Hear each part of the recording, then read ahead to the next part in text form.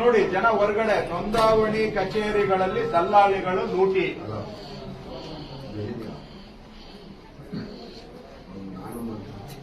ಹೇಳಿ, ಓದ್ಬೇಕಾ? ಮೇಲ್ಕಂಡ ಗ್ರಾಮದ ವಾಸಿ ಆಗಿದ್ದ ನಾನು ದಲ್ಲಾಳಿಗಳು ಮತ್ತು ಯಾವ ನೋಂದಣಿ ಇಲ್ಲದೆ ಕಚೇರಿ ಕೆಲಸ ಮಾಡುವ ವ್ಯಕ್ತಿಗಳು ಜನಗಳು ರಿಜಿಸ್ಟ್ರೇಷನ್ ಮತ್ತು ದಾಖಲೆಗಳನ್ನ ತರುವ ಪಕ್ಷದಲ್ಲಿ 4 ರಿಂದ 5 ಸಾವಿರ ರು ಲಂಚ ಕೇಳುತ್ತಾರೆ.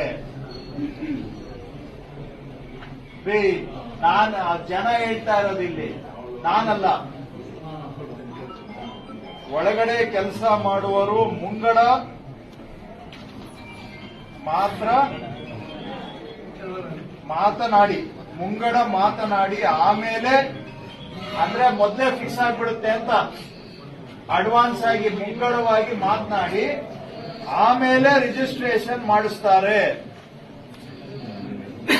ಜನ ಬರ್ಕೊಟ್ಟಿರೋದಪ್ಪ, ನಾನೇನು ಎಲ್ಲೋ ಕನಸಲ್ಲಿ ಕಂಡುಬಿಟ್ಟು ಹೇಳ್ತಾ ಇಲ್ಲ. ದಲ್ಲಾಳಿಗಳ ಮುಖಾಂತರ ವಸೂಲಿ ಮಾಡ್ತಾ ಇದ್ದೀರಿ ಅಂತ. ಹಂಗಾದ್ರೆ ಈಗ ಜನ ಬರ್ಕೊಟ್ಟಿರೋರು ಸುಳ್ಳು ಅಂತ ಹೇಳ್ಬೇಕಾ? ಸುಳ್ಳೇ ಕೇಳ್ತಾರೆ ಹಳ್ಳಿ ಜನ. ಇಲ್ಲಿ ನಿಂತಿರೋರೆಲ್ಲ ಸುಳ್ಳುಗಾರರು. ಹಾಗಾದ್ರೆ ನೀವೊಬ್ಬರೇ ಸತ್ಯವಂತರು. ಅದನ್ನೇ ಪ್ರಮಾಣ ಮಾಡಿ ಹೋಗ್ಲಿ. ಧರ್ಮಸ್ಥಳ ಮಂಜುನಾಥನ ಆಣೆ, ನಾನೊಬ್ಬನೇ ಸತ್ಯವಂತ. ಇಲ್ಲಿ ನಿಂತಿರೋರು ಹೇಳ್ತಾ ಇರೋರೆಲ್ಲ ಸುಳ್ಳುಗಾರರು. ಅದನ್ನೇ ಹೇಳಿ. ಹಾಗಾದ್ರೆ ಹೇಳಿ ಸ್ವಾಮಿ, ಹೇಳಿ, ಗಟ್ಟಿಯಾಗಿ ಹೇಳಿ. ನಿಮ್ಗೆ ಧೈರ್ಯ ಇದ್ರೆ ಅವರೆಲ್ಲ ಸುಳ್ಳುಗಾರರು ಅಂತ ಹೇಳಿ.